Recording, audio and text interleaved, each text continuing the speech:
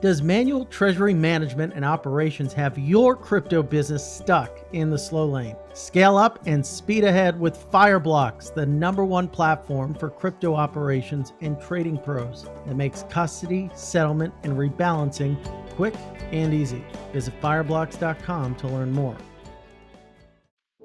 This episode is brought to you by Coinbase Prime, an integrated solution that provides institutional investors with an advanced trading platform, secure custody, and prime services to manage all of their crypto assets in one place. Futuristic companies like Tesla and MicroStrategy have used Coinbase's comprehensive investing platform to execute some of the largest trades in the industry. Learn more by visiting coinbase.com/prime to get started today.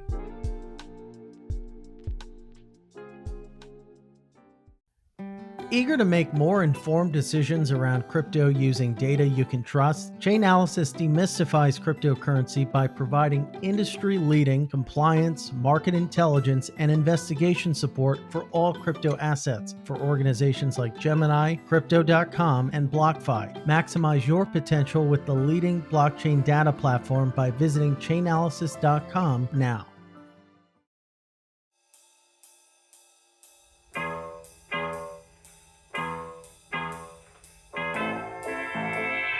Ladies and gentlemen, welcome to The Scoop. I'm your host, Frank Chaparro, Director of News at The Block.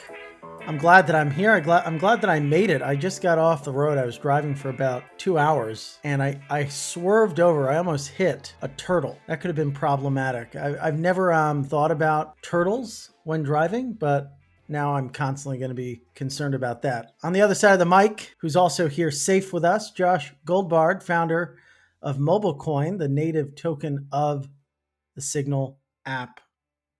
Josh, thanks for joining us. Frank, I'm delighted to be here. Thank you so much. Yeah, it's definitely a project that we have been looking at a lot. Obviously, Signal's an important application in crypto and beyond, and just the idea of sort of different messaging apps getting into the token game has been something that we've all been following since the heady days of the Telegram debacle. To be clear to the listeners, right, there are effectively two different groups that are affiliated. So a lot of what we talk about with Josh today will focus on MobileCoin. You have an interesting background. You're also a founding partner at a crypto-focused hedge fund called Crypto Lotus. So maybe we'll talk about what you're thinking about the broader market as well. But thanks for coming on the show again. Thank you so much. Just a couple thoughts here. One of the things that I really love about Signal is that it's a nonprofit. A thing that a lot of people don't know is that Signal is certified for use in the United States Senate and the European Parliament because it's the only open source end-to-end encrypted messenger that actually works at scale. There's a lot of end-to-end encrypted messengers like WhatsApp, but they're closed source. So you don't actually know what's happening under the hood. This is part of the aesthetic of what we were trying to build with MobileCoin, which is how do you make money that's open source? How do you make end-to-end encrypted money where you can see every part of the system? So there's no place to hide a backdoor. And how do we give people the maximum amount of privacy under the law? That's super interesting. So how did it all kind of come to fruition? Did they conjure up this idea and then find you, Josh, to get it kickstarted? What's the origin story? Yeah, let me go back to the beginning. I was running Crypto Lotus, which is a crypto hedge fund. And at the time, it was 2017. It's one of the first crypto hedge funds. And I was looking at all of the different crypto deals. I basically read every white paper that came out, probably from like 2016 to 2018. And I just kept saying to myself, why is there no consumer facing crypto product?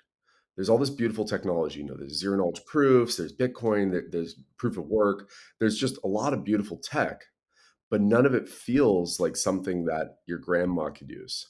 None of it feels like something that a teenager or somebody who's just fresh in college is going to use every day. And that's because the crypto products that existed at that time, and even now, they aren't designed for people to use. What people want is they don't want to type a long string of characters in. They want to type a phone number. They don't even want to feel like they're using a cryptocurrency. They just want all of the benefits of cryptocurrency. And so that's what we tried to make at MobileCoin. The way that it started is I actually made a joke to a friend of mine, And I said, it would be really good to do a cryptocurrency that was easy to use. And he said, Josh, that sounds like that would be really hard. You probably shouldn't do that. And it was almost like a dare. And I ended up writing the white paper in about 12 hours with some help from friends. I'm a high school dropout, so I don't have a computer science background. So I had a bunch of really smart computer science friends who helped me kind of put the pieces together because I had this general idea of what would make a good cryptocurrency. You wanted to be fast, you wanted to be easy to use, you wanted to work on a cell phone. And so I showed this white paper to a bunch of investors and ended up with $30 million. And, I've never hired an engineer in my life. I've never built software on the engineering side. I've been a PM. And so I basically just went to my friends and said, hey, I need help. And I happened to have the right people around me to get this thing started. Toby Segerin was our first engineering manager. Toby was a friend of mine, but he happened to be a search infrastructure engineer at Google and then the director of ad engineering at Reddit. And I convinced him to leave his pre-IPO job at Reddit to come work at MobileCoin. And so that's kind of how the whole thing got started. Basically, over the course of 3 years, what we built is something that lets you send a transaction in 5 seconds or less with end-to-end encryption on a cell phone. And all those parts, the speed, the encryption, working on a cell phone, all those things are hard. And working in conjunction with Signal, we actually have the ability now where you can throw your phone in a lake and you can get a new phone and type your PIN in and get your money back. So everybody has lost money in Bitcoin, right? Like there's so many people who just have lost Bitcoins. Everyone's afraid of boating accidents, Josh. Yeah. You don't want to get in a boating accident. You lose all your crypto. And now it's a lot harder to do that. You get a new phone, your money's still there. Well, you could still get into the boating accident, but Sure. But it's harder to lose your money is my point. so you also, I mean, you convinced a lot of interesting people to invest. You convinced a lot of people to back you. I think the new chief product officer was the CTO of Square from 2010 to 2014, Bob Lee. How'd you convince him? Bob is the founding CTO at Square, and he was also engineer number 12 on Android. And what he built at Square was like a lot of their infrastructure, but also the Cash App. He was the only engineer on Cash App for a significant period of time. There were a lot of people internal to the organization who thought it was just a side project, and it actually dominates revenue for Square now. It's one of the biggest products that they have, arguably the entire business at this point. And so why is Bob here? Why is Bob working on MobileCoin? And the answer is we're making the global Cash App. All these apps, PayPal, Venmo, Cash App, they're largely restricted to one geography. There's no real international penetration. And that's because the design of the systems that they've made are hard custodial. What that means is that they have to take control of your money. They're not designed for Web3. The beauty of Web3 is that these products are non custodial. So they have a very different regulatory relationship with the movement of money. So why can't you leverage a different coin to execute on something like this? If you're thinking about encryption or rather privacy, there are coins like Zcash or Monero. If you're thinking about global, a global presence with widespread adoption, you might think of Bitcoin. Why do you need to sort of recreate something? Well, let me ask you, you've used Zcash. Mhm. Have you used MobileCoin? Do you know, have you tried the two products? No, I guess the mobile coin experience, what you're gonna say is it's a bit more easy, simplified. Well, I mean, it's just what's the experience, right? The experience on MobileCoin is you open an app, you hit a button with a phone number, and 5 seconds later, the money is in somebody else's hands. There's nothing that feels like that with end-to-end encryption. There are lots of currencies that are trying to do this, but they haven't made the technology choices that MobileCoin has made. And just to be frank, Signal has been very vocal that if other cryptocurrencies want to do what MobileCoin has done, they can go into the app. And that is very fast, carbon negative, works on mobile, and end-to-end encrypted. But that's a hard feature set to deliver. Yeah, it's definitely not easy. I was visiting my family yesterday. I was talking to my 13-year-old brother, and he was lambasting me for owning NFTs because of the environmental impact, saying that he can't get into it. He goes, "Once you find something carbon neutral for me, I'll check it out."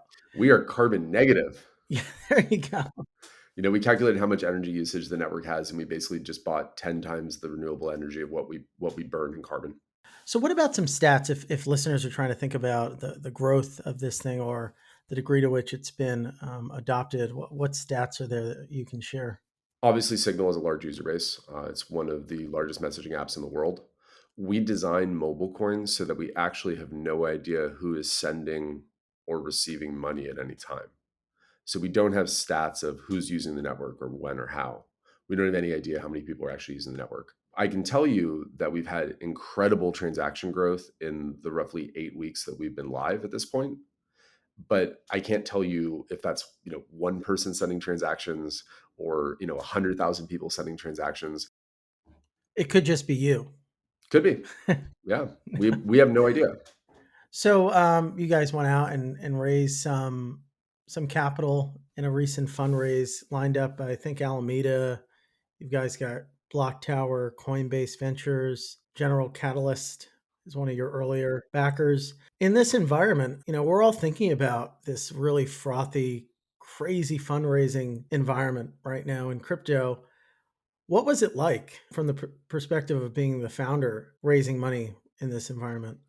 It is such a feeling raising money in cryptocurrency right now. As with all financing, it basically comes down to finding a lead who believes in the company. And at this point, if you have a lead, then the rest of the round closes very quickly. And so it's finding somebody who just really believes in what you're doing. And why do people believe in cryptocurrency in general? I think the answer is that we want a more transparent financial system. At a very high level, that's what crypto represents is the possibility that we can have a financial system where when people want to disclose what they're doing, they can show it. And that has never been the case in terms of the way the world functions. Even in MobileCoin, what we've built is an end-to-end encrypted blockchain, but I can publicly prove that a transaction took place. And that is just wildly different. We're never going to go back to a financial system that doesn't have that characteristic. So I think that's the reason that there's so much intention, so much energy going into cryptocurrency. What I can say about raising money in this market is that the set of investors that are in cryptocurrency now are incredibly sophisticated. We're seeing some of the largest growth funds in the world. We're seeing some of the sovereign wealth funds come in. This is a point where the gas is being applied. This isn't slowing down, it's accelerating. And if you're in the game, if you're a cryptocurrency company that is raising money now, it's an incredibly exciting time. I would argue that this is the hottest market that I've ever seen in financing, full stop. It's probably also putting a bit of a flame under the tuchus of a lot of the fintechs and traditional financial services players. I kind of look at it in three buckets, right? You have the large traditional financial services companies trying to play catch up. You have the fintechs trying to play catch up with crypto, and then you have the crypto space all trying to compete for mind share with one another.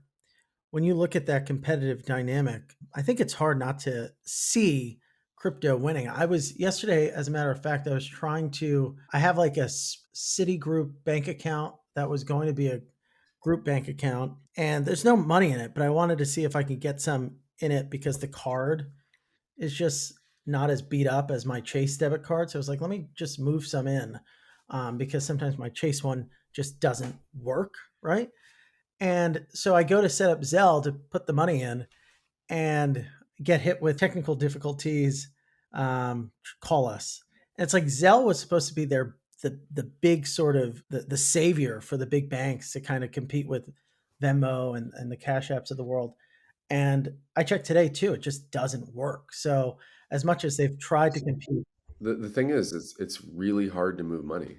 It hasn't gotten easier with technology. It's really, really, really hard. And what that means is that when there's friction in the ability to transverse any communication network, whether it's the internet or banking, there are people who will come and try to alleviate that friction. And what we're seeing now is that wire transfers taking a day is crazy. When you send a wire and it's after 5 o'clock and it doesn't arrive till the next day, if you're lucky, if you send it internationally, maybe it's 3 days, maybe it's five. That is just not how the internet works. Money moves at high velocity with people who are trying to get things done. It is completely different to be able to send a transaction in 10 minutes.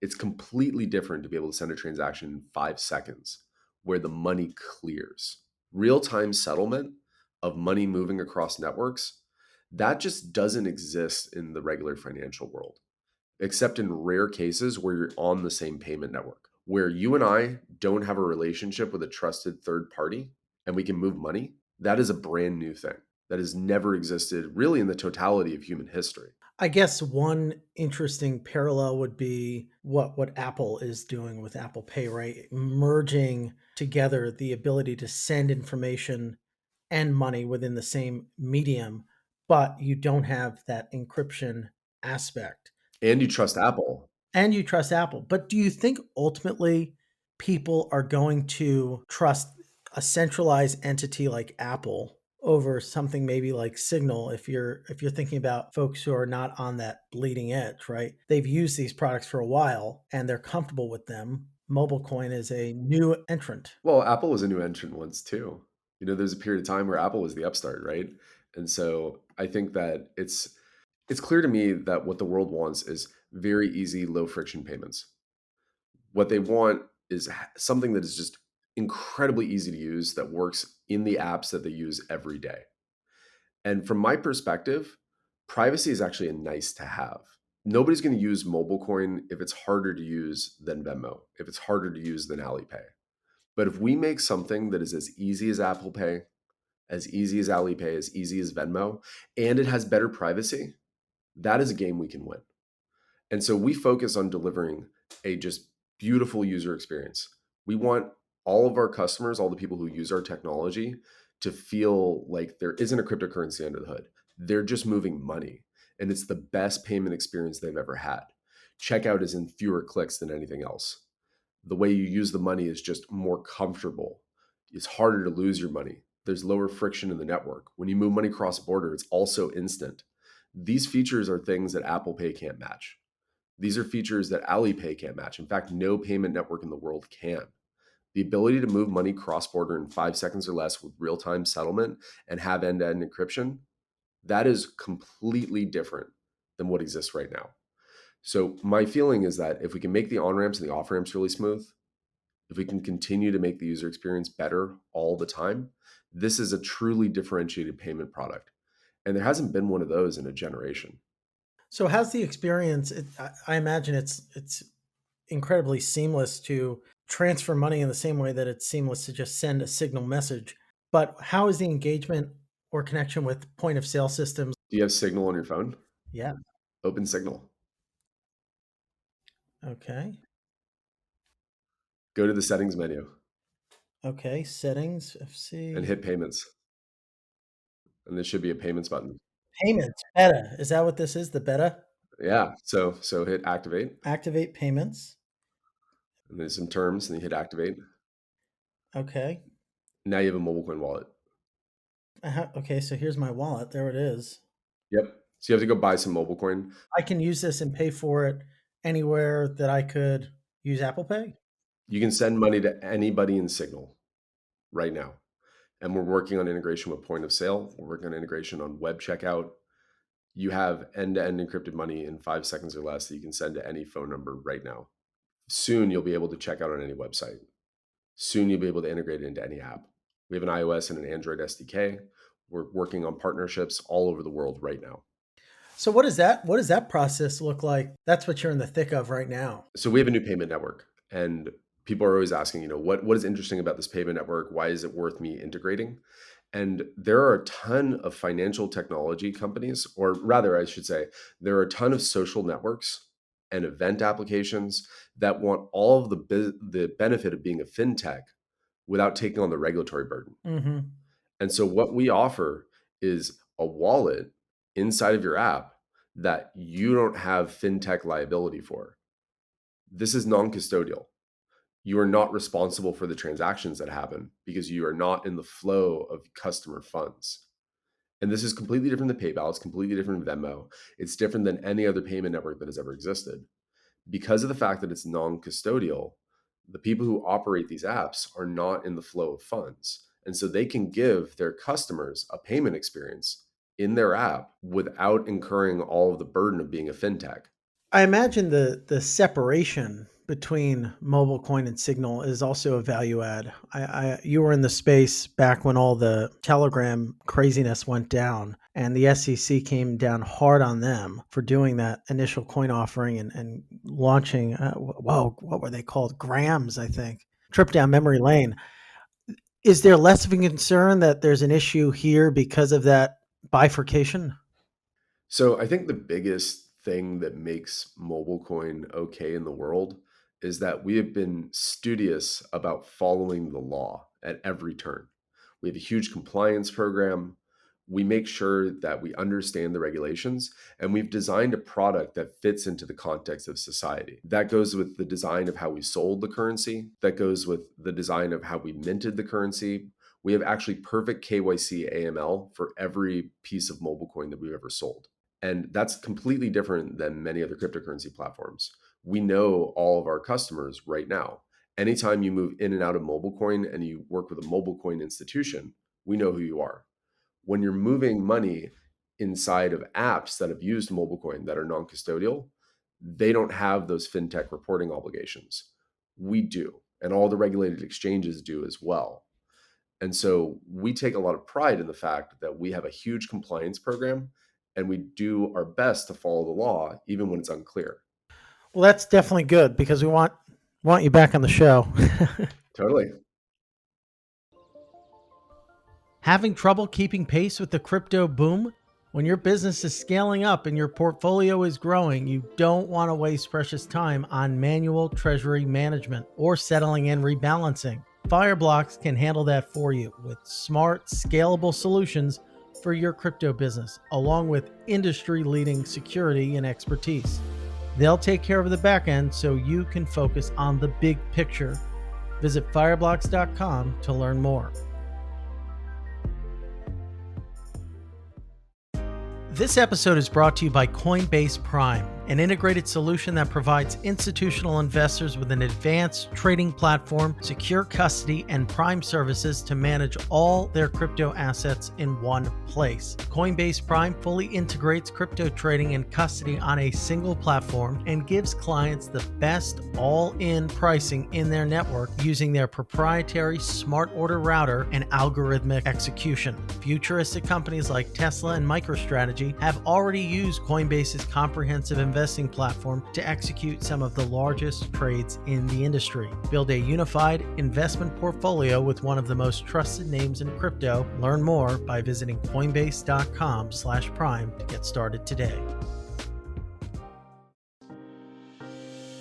Are you eager to make more informed decisions around crypto using data you can trust? Chainalysis is here to help. Chainalysis demystifies cryptocurrency by providing industry-leading compliance, market intelligence, and investigation support for all crypto assets for organizations like Gemini, Crypto.com, and BlockFi.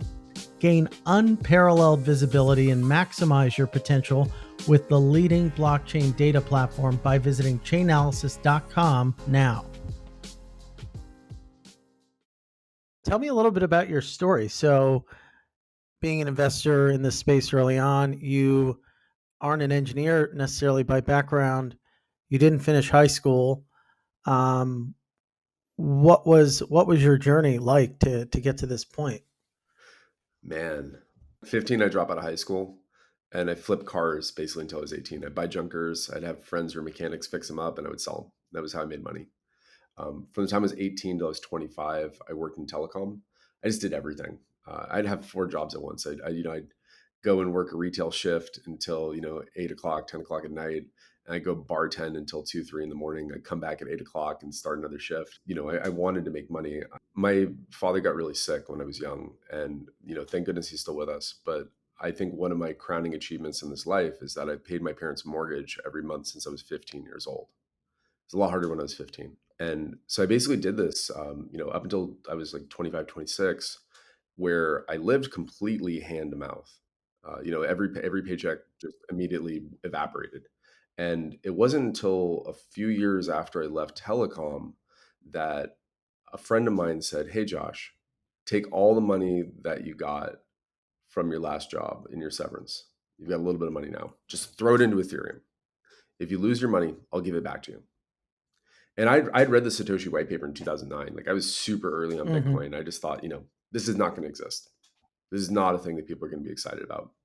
So there I was like 2015, 2016, and I'm still saying the same thing. So I said, you know what? I'm going to do it. I threw all my money into Ethereum. It went from like $40 to 400. Hmm. And I just looked and I said, that is the most money I've ever made in the shortest period of time. I've been living hand to mouth my entire life. And this is the first time I've had any financial independence at all. What is happening here? And so I just dove headfirst into it. And I looked at it and I said, this is a real change. This is a real change in society. It's a change in the way finance functions. It's a change in the way that the world is going to function. This is a tidal wave. And I just got behind it. And so I basically begged my friends for money and started a hedge fund. Again, I don't have any reason to be running a hedge fund at this time. I literally just begged a whole bunch of people, and very few people actually gave me money. And that fund did very well because it was early. And frankly, we didn't know what we were doing. We just knew that Bitcoin and cryptocurrency was going to be big. And this is why when you talk to a lot of investors, what they say is invest in a hot sector, invest in an industry that is growing rapidly, because you can make a lot of mistakes and still make money. And so I think that that is an important thing to think about, is that investing in high growth areas is the way that you make money, full stop. So I've been very lucky, very, very lucky in my life. And be early. That helps. Yeah. Well, listen when people are telling you stuff. Like I'm sure almost all the people on this podcast who are listening right now had somebody tell them about Bitcoin before they did anything with it, right? First time somebody told me about Bitcoin, it was 9 cents. It was 9 cents.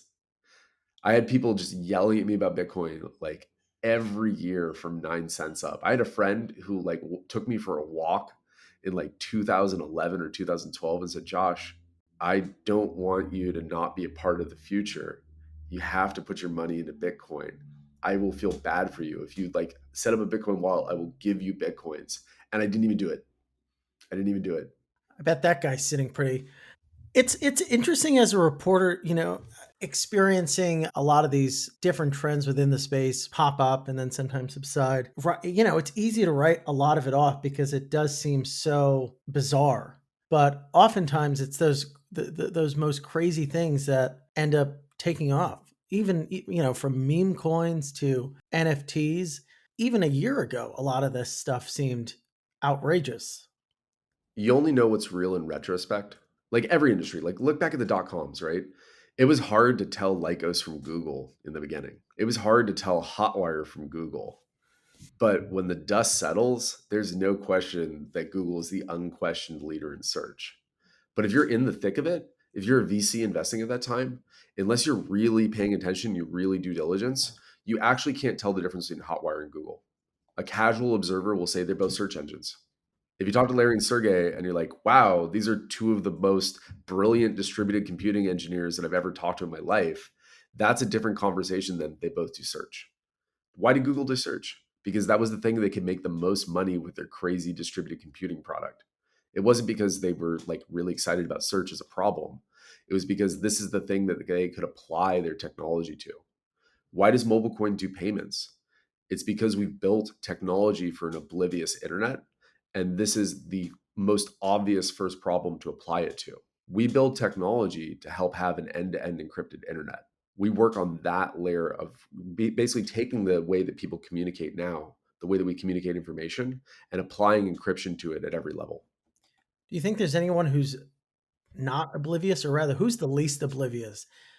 You have all sorts of different players. I alluded to it earlier, trying to kind of embark on a similar journey, whether they're coming from it from the social side or from the financial side. Everyone wants to support easy payments. Even Walmart. Yeah. I walked into Walmart the other day and it was a massive Walmart down here in Florida, and it's all a bunch of tax professionals, right? They have their Walmart Pay.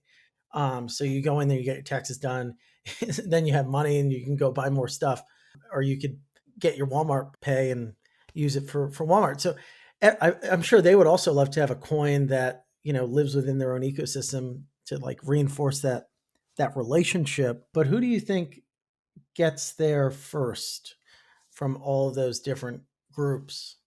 I think at a high level, if you are building technology, you're not going to be successful in getting people to use it. If you're building products, if you're taking technology and you're wrapping it in a way that you can imagine yourself and people you know using every day, that's completely different than making tech. You can write the best white papers, you can have insanely beautiful algorithms. If you're not making products, people aren't going to use it. So I think that's my biggest criticism of the entire cryptocurrency industry is that there's so much beautiful tech and there aren't products. There aren't easy things for people to use. And it's hard to take technology and package it up into something that's easy to use. That is one of the most difficult things in this life. It's actually much easier to just make beautiful technology than it is to design products.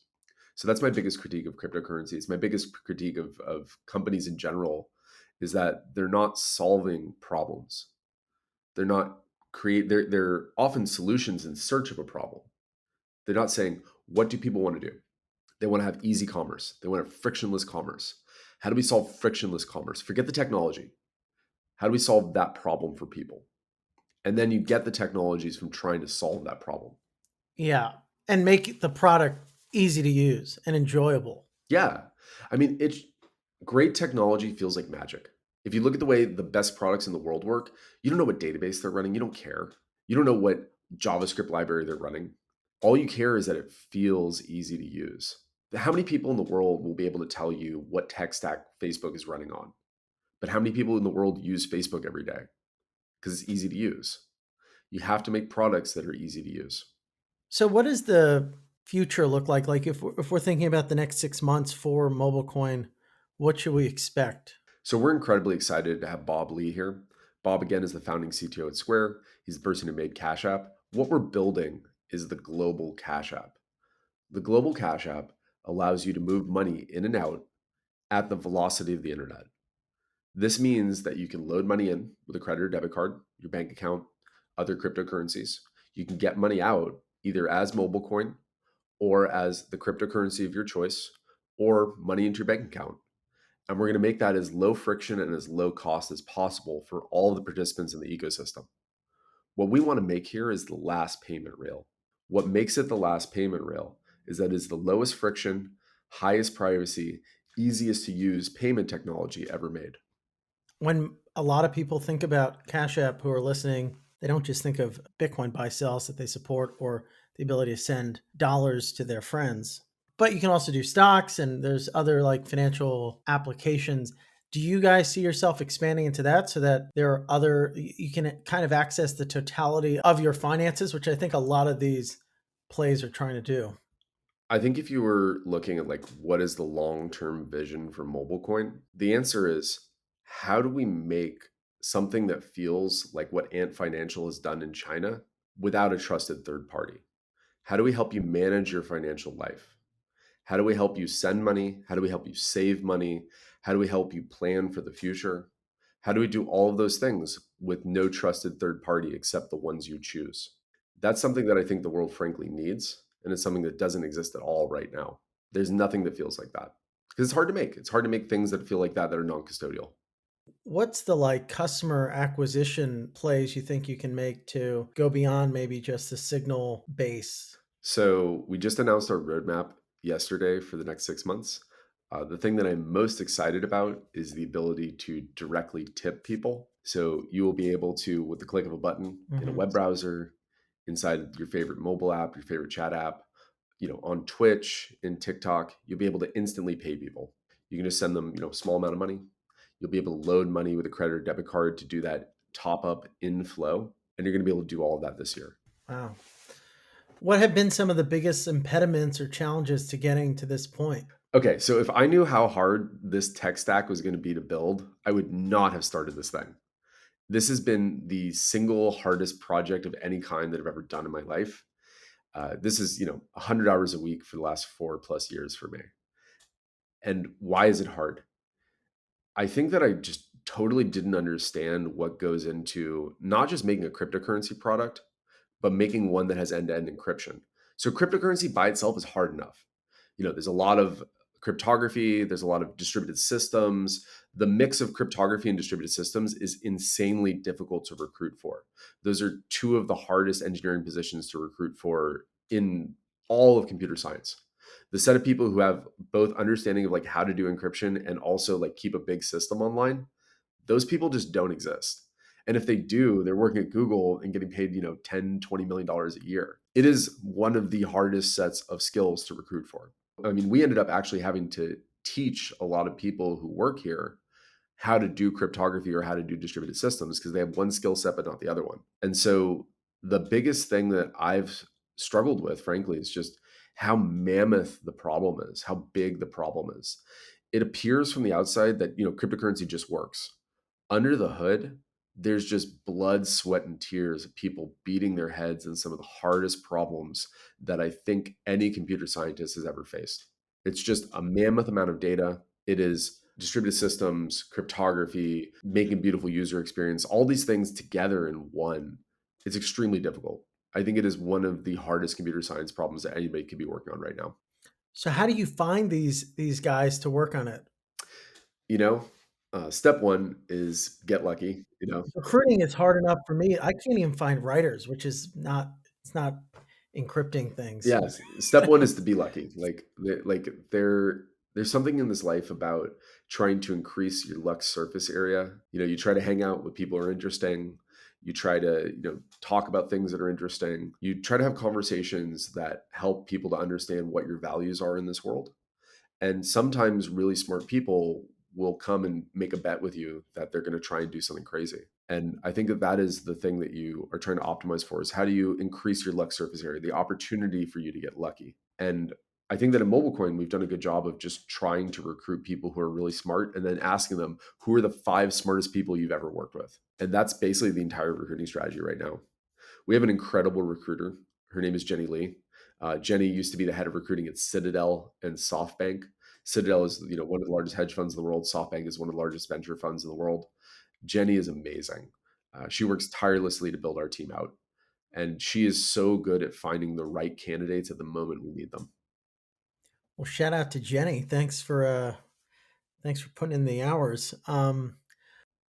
We have so many incredible people here. Like our company is the story of the people that we have. We have incredible talent. Sarah, who's our chief technical officer, she made the water in Moana, which is one of the biggest procedural geometry challenges that has ever existed in animation. She also was a fluid dynamics modeling person at SpaceX prior to joining MobileCoin. She is just an incredible person who's our CTO. We just have incredible talent all the way up and down. Just to name a couple people, Chris Beck, who works for us, who invented Fog. Fog is a piece of technology that allows organizations that are service providers in MobileCoin to store your transactions without knowing what they are.